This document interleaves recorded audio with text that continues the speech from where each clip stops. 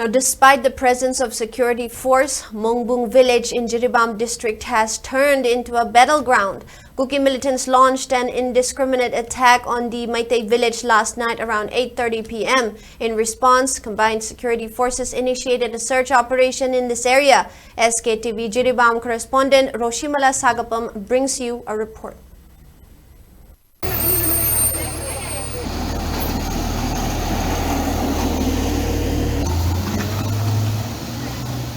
Hujini lejeri mumpham se Jiribam mayon di kilometer 3 lum chalaga leiba Mongbung khunna du dani hariba mafam asina Mongbung maitai gi maige ron da leiba adugumba mafam du dani hariba mafam asid makta dani ngarang su ngarang pung 3 makhairom ta duai dagi hauraga atat kham leitena nongmai kya kapsilak padagi nakanani gi marakta state force amari security force tongan tongan leiba security force singa akan mong da khuthokna kiba adugumba mafam adu dani hariba mafam sida nongmai kapsilak padagi mafam sida leiba rubber sing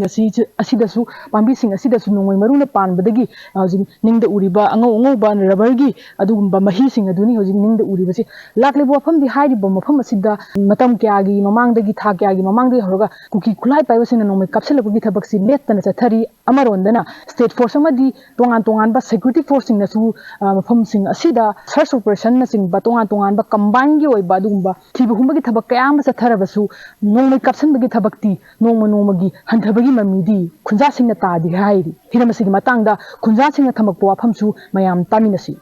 kapna rabadi coming operation dum lakpa hogre coming operation la ise kaptharak pa mafam duga di phajana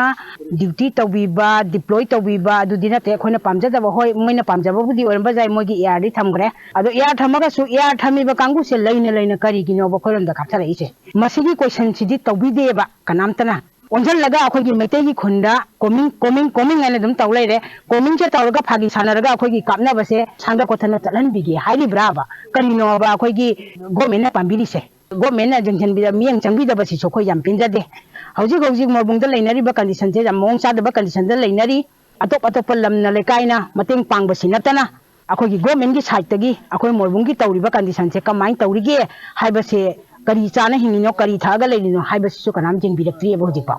masigi su penja da ba mayam ma leire ba parja gi kholauda CRPF air kangu akhoi amta pamjade Manipur rifle dum thambiu Manipur rifle na akhoi gi lekai sengak pa do akhoi pamje ngasi chok jana pek khaba khun mijumna jangkhai muk ta basiga hanan jana kaptana leire sar akhoi bu amuktang kano tawbiu han hajarui haila gachu akhoi na tawi adana adu akhoi hudi jumkhakta bom ta sandana isuni pa machak tujabado pokhai hadabagi layak farimi pokhai magadi jum do loi punamol alai ba punam sidori bani adu bu pian da bangata asibo Manipur sarkarna akhoi che atomi macharo morbung da lai bu na na haje han jami di karigino ana akhoi Manipur sarkar da hajani